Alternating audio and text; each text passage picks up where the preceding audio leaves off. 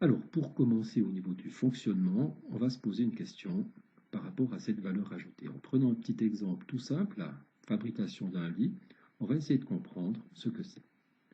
Alors, on part du principe qu'un bûcheron va couper un arbre qui ne vaut rien dans la forêt et va le livrer à une scierie qui va débiter ce tronc en planches et va livrer les planches à un ébéniste qui va en faire un lit qui sera ensuite vendu par un marchand de meubles.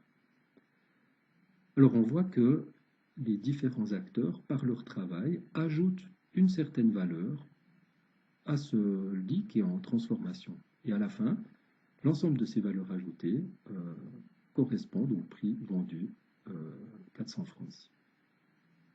Alors la TVA, comment elle s'inscrit dans ce système? Eh bien tout simplement, l'objectif de la TVA est de taxer le consommateur final. Ça veut dire que pour les entreprises, cette TVA doit être neutre. Alors à part le travail administratif que ça va donner, eh bien on va voir comment ces différents acteurs ne vont pas payer du tout la TVA et ce sera que le consommateur final qui supportera cette taxe. Alors on va demander aux différents acteurs d'ajouter au prix de leurs marchandises une taxe. Alors ici, on voit que le bûcheron, par exemple, facture 50 francs son tronc plus 4 francs de TVA pour une facture totale de 54 francs. Tous les intervenants font de même. Et à la fin, pour que ce soit neutre pour ces différents intervenants, on va leur demander simplement de régler la différence. Alors ici, si on prend le marchand de meubles, il a donc vendu 432 francs ce lit au consommateur final, il a donc reçu 32 francs de TVA, mais il a acheté le lit à l'ébéniste en supportant 16 francs de TVA. Par conséquent, avec les 32 francs qu'il a reçus, il se rembourse les 16 francs de TVA qu'il a dû payer, et la différence, soit ici 16 francs aussi, est versée à l'État. Donc on voit que l'État reçoit 32 francs, les 32 francs ont été payés par le consommateur final, et pour chacun des intervenants, en fait, cette opération est neutre. Voilà, alors au niveau des écritures, de la comptabilisation, eh bien, on va déjà voir comment est établie une facture. Alors, sur une facture, on va indiquer deux choses, la valeur de la chose vendue, hors taxe, et la TVA qui l'accompagne. Alors, la facture du haut vous montre une charge à réparation d'un véhicule pour 10 000 francs hors taxe.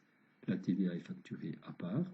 Au centre, vous avez un achat ou une vente de marchandises. Et puis, en bas, l'achat d'un actif immobilisé. Puis, on voit que à chaque fois, vous avez le montant hors taxe et la TVA qui est facturée à part.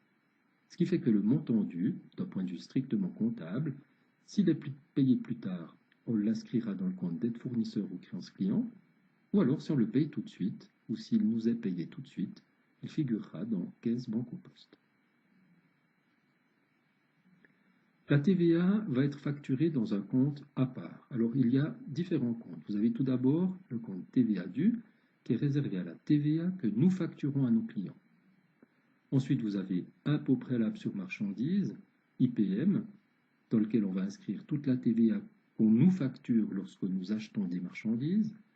Et puis IPI, pour la TVA récupérée sur toutes nos autres dépenses, donc toute la TVA qu'on nous facture sur nos autres dépenses que des marchandises, par exemple des achats d'actifs immobilisés ou des charges, figurera dans IPI.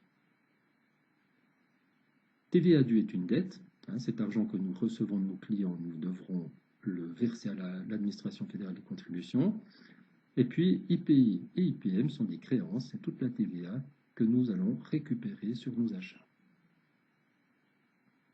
Alors, si on prend l'exemple justement d'un achat de marchandises pour 10 000 francs hors taxe, plus TVA 7,7%, eh bien, on voit qu'on va nous facturer la marchandise hors taxe et la TVA qui l'accompagne.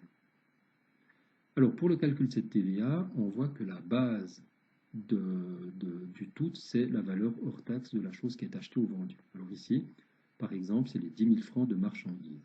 À ces 10 000 francs, on va rajouter un certain pourcentage de TVA, ici 7,7%, et du coup, le montant dû correspondra à 10 770 francs dans mon exemple, mais d'un point de vue pourcentage, à 100% plus le pourcentage de TVA, donc ici 107,7%.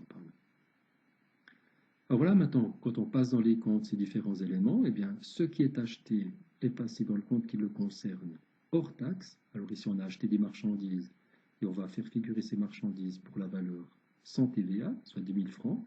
car cette TVA va être facturée à part dans le compte qui le concerne. Alors ici, vu que c'est un achat de marchandises, on utilisera IPM.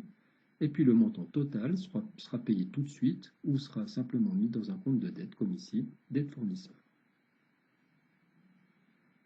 Alors on procède de la même manière si on vend des marchandises, si on achète du mobilier ou si on a affaire à une charge, les comptes changent tout simplement. Alors si on vend des marchandises, on voit que les marchandises vendues figurent hors taxe dans le compte de vente de marchandises.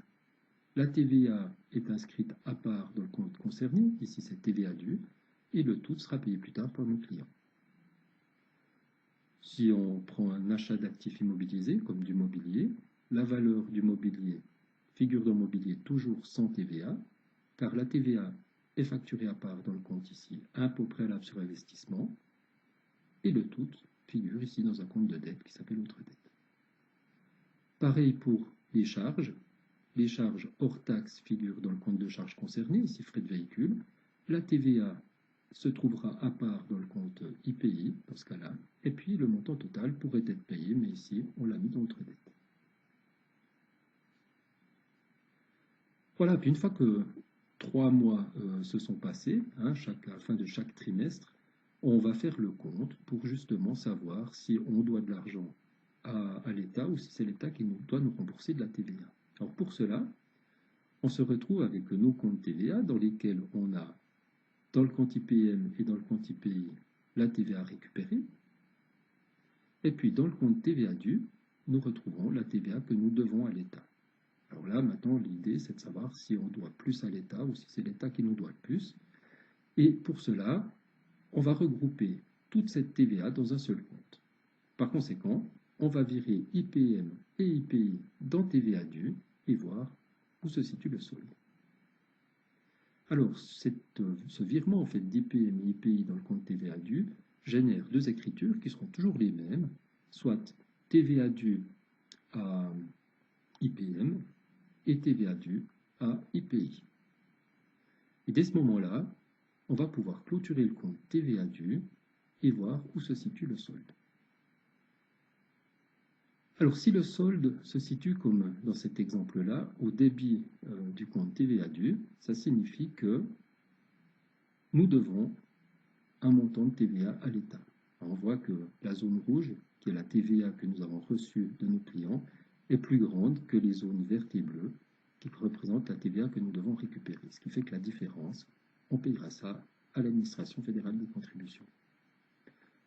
Dans le cas inverse, si on a un montant de TVA dû qui est inférieur à la TVA récupérée, eh bien c'est l'État qui nous doit de l'argent.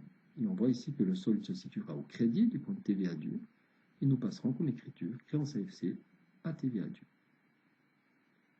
Voilà, alors j'espère que ces quelques images et puis cette petite vidéo vous ont permis de comprendre comment fonctionne la TVA et comment on traite des factures dans ce cadre-là.